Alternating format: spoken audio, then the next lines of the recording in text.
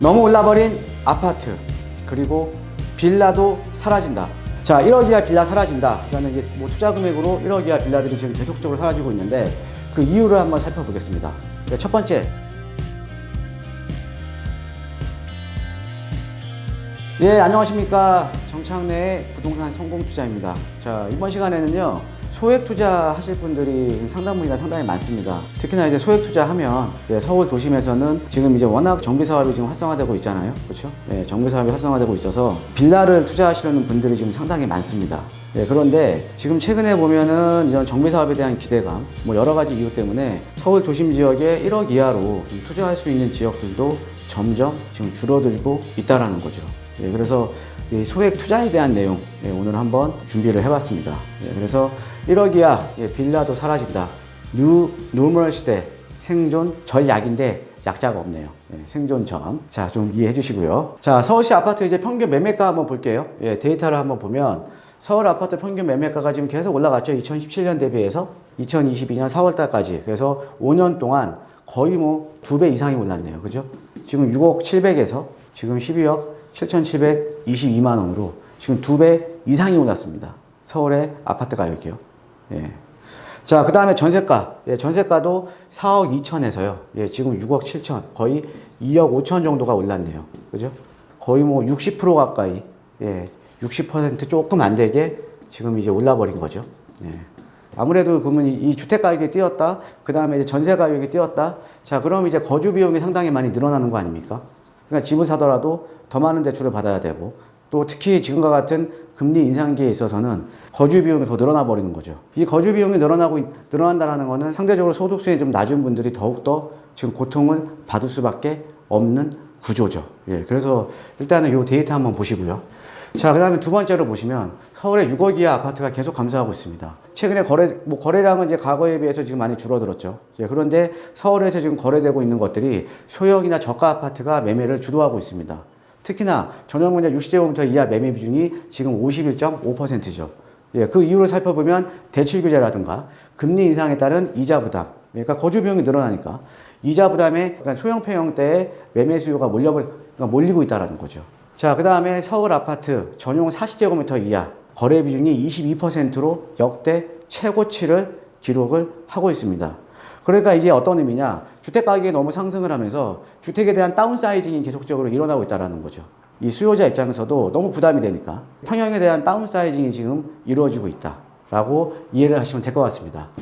자, 그 다음에 이제 빌라 이제 매매 비중을 볼게요. 그러니까 아파트 가격은 많이 올랐고, 또 이제 주택에 대한 다운사이징은 계속적으로 지금 이루어지고 있고요. 그러면서 이제 빌라 매매 거래 비중이 상당히 많이 늘어났습니다. 자, 과거에는 우리가 이 빌라 거래량보다 아파트 거래량이 더 많았죠. 자, 그런데 지금 완전 역전됐죠. 예, 지금은 거의 빌라 거래량과 아파트 거래량을 보면 약 한 2.5배 정도 지금 차이가 납니다. 예, 그만큼 이제 빌라에 대한 수요가 많이 늘어나고 있다라고 보시면 될 것 같습니다. 그러니까 빌라에 대한 수요가 늘어나고 있다. 빌라 가격이 오르고 있는 거죠. 오른 이유가 여러 가지 원인들이 있습니다. 그 원인들을 이따가 좀 살펴보겠습니다. 그래서 이제 전체 매매 거래량의 65%가 지금 빌라다. 예, 라고 보시면 될 것 같고요. 또 이제 빌라 매매 가격 지수입니다. 예, 빌라 매매 가격 지수 같은 경우에는 계속적으로 지금 매매 가격 지수가 지금 우상향 곡선을 그리고 있죠. 지금 매매 가격 지수도 우상향 그래프를 그리고 있다라고 보시면 될 것 같고. 자, 1억 이하 빌라 사라진다. 그러니까 이게 뭐 투자 금액으로 1억 이하 빌라들이 지금 계속적으로 사라지고 있는데 그 이유를 한번 살펴보겠습니다. 첫 번째, 당연히 아파트 가격이 급등을 하니까 아까 제가 말씀드렸듯이 주택에 대한 다운사이징이 일어나고 있죠. 예, 그러니까 아파트를 못 사니까요. 내가 어떤 지역에 내가 거주를 해야 될 거 아닙니까? 거주를 하려면 아무래도 저렴한 주택들을 많이 찾겠죠. 예, 그래서 아파트 가격 급등에 따른 대체재 수요가 지금 많이 증가를 하고 있다. 이 실수요자들이 지금 상당히 많이 늘어난 거죠. 빌라를 이제 거주하려는. 예. 지금 이제 우리 방송 보고 계신 시청자분들 중에서도 지금 특히나 뭐 젊으신 분들 같은 경우에는 사실 지금 아파트 사기가 너무 어렵잖아요. 그렇죠? 예, 대출에 대한 부담이 너무 크고요. 그 다음에 또 대출 또한 사실은 규제 때문에 과거에 비해서는 지금 많이 안 나오죠. 그죠? 자, 그래서 아파트 가격 급등에 따른 대체재 수요가 증가를 하고 있고요. 자, 그 다음에 이제 금리 인상. 예. 그러니까 금리가 인상이 되니까 대출에 대한 부담이 되니까 저가주택에 대한 지금 매입이 많이 늘어나고 있죠. 예. 자, 그 다음에 이제 6억 이하 보금자리론. 우리가 6억 이하 보금자리론 같은 경우는 상대적으로 좀 저리에 빌릴 수가 있잖아요. 그러니까 이자 부담이 좀 적죠. 근데 서울에 지금 6억 이하 아파트가 없어요. 예, 6억 이하 아파트 거의 없습니다. 이거는 6억 이하에 대한 그 주택이 대부분이 빌라겠죠. 예, 다세대. 대한 수요들이 지금 증가를 많이 하고 있다. 자, 그 다음에 정비사업이 지금 활성화되고 있습니다. 정비사업. 여러분도 제가 누차 말씀을 드리지만 완전히 이제 정비사업지가 예전에는 우리가 이제 노후된 지역을 보존을 했다 그러면 지금은 아예 적극적인 개발로 완전히 패러다임이 지금 바뀌었죠. 제가 지난 강의 시간에 말씀드렸잖아요. 이런 정비사업이 활성화되다 보니까 정비사업이 뭐 신통기획이니 모아타운이니 뭐 역세권 시프트니 뭐 공공재개발이니 도심공공주택 복합사업이니 이런 정비사업이 활성화되다 보니까 여기에 누가 들어와요? 투자자들이 들어오고 있죠. 그러니까는 지금 빌라 시장은요, 이런 여러 가지 이유 때문에 실수요자가 지금 기본적으로 지금 받쳐주고 있는 겁니다. 자, 그 다음에 이 정비사업에 대한 기대감 때문에 플러스 투자자가 들어온다라는 거죠. 즉, 가수요가 들어오고 있다라는 거죠. 그러니까 지금 빌라 가격이 오를 수밖에 없는 거죠. 빌라 가격이 오르면서 지금 과거에는 우리가 뭐 서울 도심 지역에 1억 이하 투자처 많았었거든요. 작년 뭐 중반 정도까지 하더라도 괜찮은 지역, 뭐 핵심 지역은 아니고요. 괜찮은 지역에 1억 이하 투자처들이 상당히 많았습니다. 그런데 그런 투자처들이 지금 다 없어지고 있다는 거죠. 자, 앞으로 또 어떻게 되냐. 아까 말씀드렸듯이 정비사업이 지금 활성화되고 있습니다. 정비사업이 활성화되고 있다는 의미는 앞으로 계속 이 노후된 지역들이 아파트로 탈바꿈이 되겠죠. 자, 이 노후된 지역의 근데 대부분이 이런 빌라들이라던가 연립들이라던가 아니면 뭐 다가구 단독 같은 이런 서민들이 거주할 수 있는 주택, 좀 임대가가 좀 낮잖아요. 이런 서민들이 거주할 수 있는 주택이 지금 대거 포진이 하고 있는데 여기가 아파트로 탈바꿈을 해버린다는 거죠. 그럼 점점 서민들이 거주할 수 있는 주택들이 점점 줄어드는 거죠. 신통기획이니 모아타운이니 이런 데도 지금 앞으로 뭐 100개씩 앞으로 지정해주겠다라고 하잖아요. 그죠? 자, 거기에다가 지금 이제 정비사업 규제를 지금 완화를 해주고 있잖아요. 지금 뭐 2종 일반 주거지역의 층고도 완화시켜주겠다. 그 다음에 이제 정비사업도 상당히 많이 다양해지고 있죠. 아까 제가 적어드린 것처럼. 그 다음에 이제 주민 제한 방식. 그러니까 예전에는 우리가 관에서 이제 정비구역을 이제 지정을 해줬다 그러면 지금은 주민들이 이제 제한을 하죠. 주민들이. 이게 어떤 차이냐면 관에서 어떤 지역을 정비구역을 지정해주면 거기에는 어찌됐든 처음에 주민들의 충분한 공감대가 없잖아요. 그러니까 사업이 어그러지는 경우가 상당히 많았습니다. 사업이 진행이 안 되는 경우가 상당히 많았다는 거죠. 자, 그런데 지금 같은 경우에는 신통기획이든 모아타운이든 가로주택이든 주민들이 제한을 할 수가 있거든요. 그럼 주민들의 충분한 공감대가 형성이 됐잖아요. 그러니까 사업에 대한 속도가 상당히 빨라지는 거죠. 그러니까 지금 정비사업 규제가 완화가 되면서 이런 것들이 사업에 대한 속도도 빨라지고 또 규제도 완화가 되니까 당연히 투자자들이 몰려들 수밖에 없겠죠. 자, 투자자들이 몰려드니까 어때요? 당연히 가격이 오를 수밖에 없는 겁니다. 우리가 여러분들 잘 아셔야 되는 게, 자, 어떤 분들은 개발 가능성이 있는 지역에 투자를 하세요. 지금 있는 지역에 투자를 하시는데 개발이 돼야만 가격이 오른다라고 생각하시는 분도 있습니다. 천만의 말씀이죠. 그죠? 가격이 오르는 건 기대감 때문에 가격이 올라버려요. 그러니까 어떤 지역에 뭐 역세권 시프트 한다더라, 뭐 가로주택으로 간다더라, 어떤 지역에 모아타운 준비하고 있다더라. 그런 가격이 그냥 다 올라버리는 겁니다. 그러니까 기대감 때문에 가격이 올라버리니까 점점 소액으로 투자할 때가 적어지는 거예요.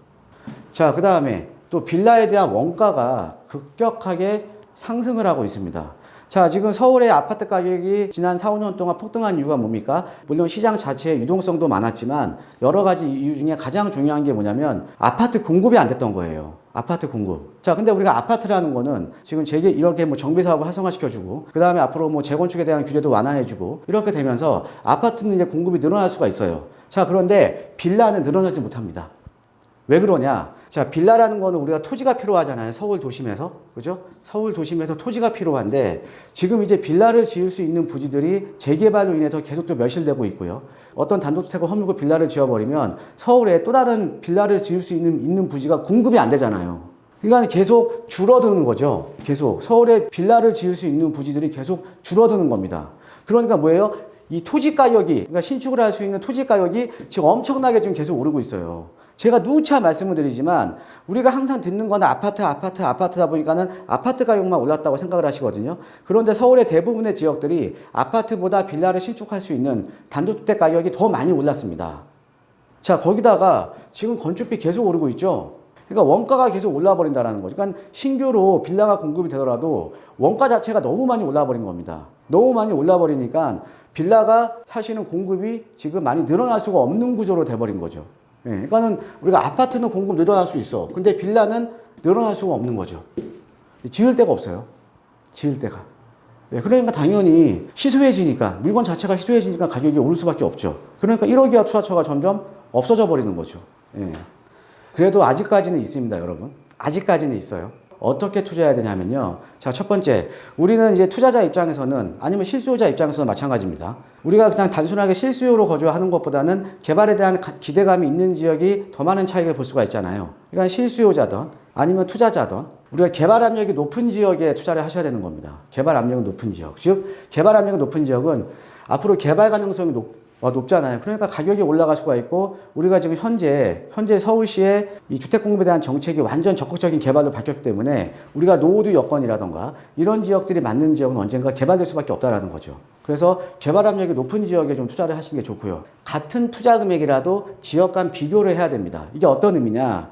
우리가 어떤 물건들을 살 때 여러분들 만약에 우유를 사더라도요, 하나의 진열대에 여러 종류의 우유들이 이게 진열이 돼 있잖아요. 자, 그럼 우리가 거기서 가격적인 비교를 하고 거기서 우리가 물건을 선택을 하는 거 아닙니까? 그러니까 우리가 그래서 우리가 합리적인 소비를 하려고 하잖아요. 자, 근데 부동산도 마찬가지라는 거죠. 부동산도 내가 다른 지역을 잘 모르니까 보통 투자하시는 분들이 어떤 지역에 투자하시냐면 내가 살고 있는 집 주변 지역에 투자해요. 그러니까 투자 가치와는 별개로 주변 지역이니까는 그냥 마음이 편한 거죠. 근데 우리가 투자라는 거는 마음이 편하려고 투자하는 거 아니잖아요. 내가 차익을 보기 위해서 내가 투자를 하는 거거든요. 그래서 같은 투자 금액이라도 지역 간의 비교를 통해서 내가 더 좋은 지역에 들어갈 수가 있다는 거죠. 그런데 일반 투자자분들 사실 이렇게 하기는 힘듭니다. 왜? 전 지역을 다 알아야 되니까. 근데 이런 것들은 사실은 저희가 도와드릴 수 있습니다. 우리가 같은 돈이라도 A하고 B 지역 중에 우리가 더 나은 지역에 투자를 할 수가 있는 거잖아요. 더 성장성이 있고 더 차익이 클 만한 지역에 투자를 할 수가 있는 거거든요. 이런 지역에 대한 비교는 저희가 도와드린다는 거죠. 그렇게 보시면 될 것 같고요. 자, 그 다음에 우리가 아까 제가 말씀드렸죠. 가격이 오르는 건 기대감입니다. 지금 말만 나오면 가격이 많이 오르기 때문에 선점 투자하셔야 돼요. 그래야지 내가 상대적으로 소액으로 들어갈 수가 있다라는 거죠. 선점해서 투자를 하셔야 됩니다. 자, 그 다음에 지금 현재 1억 전후 투자하면요, 사실 서울 도심에서는 제가 이제 안전마진이라고 했는데 우리가 지역과 관계없이 가격이 많이 오르다 보니까 점점 1억 이하 투자처가 점점 줄어들고 있잖아요. 지금 뭐냐면 1억 전후 투자하면은 지금 어느 정도 개발 가능성이 있는 지역은 안전마진이 지금 확보가 돼 있는 거예요. 그러니까 이런 지역을 찾아서 들어갈 수가 있다라는 거죠. 그럼 어느 정도 안전마진이 확보가 되면 좀 차익을 보기가 더 쉬울 거 아닙니까? 그렇죠? 그래서 여러분들 개발 압력이 높은 지역에, 그냥 노후도 요건이라든가 이런 어떻게 보면 개발 가능성이 있는 지역에 같은 투자 금액이라도 지역 간의 비교를 통해서 더 좋은 지역에, 지금 현점에서 1억 정도 투자하면은 안전 마진이 지금 있다라는 거죠. 그러니까 리스크가 없는 내가 마진을 내가 챙길 수가 있다라는 거죠. 그러니까 이런 식으로 아직은 투자가 가능합니다. 근데 점점 사라지고 있다라는 거죠. 자, 그래서 이번 시간에는 제가 좀 이 소액 투자에 대한 내용 여러분들께 알려드렸거든요.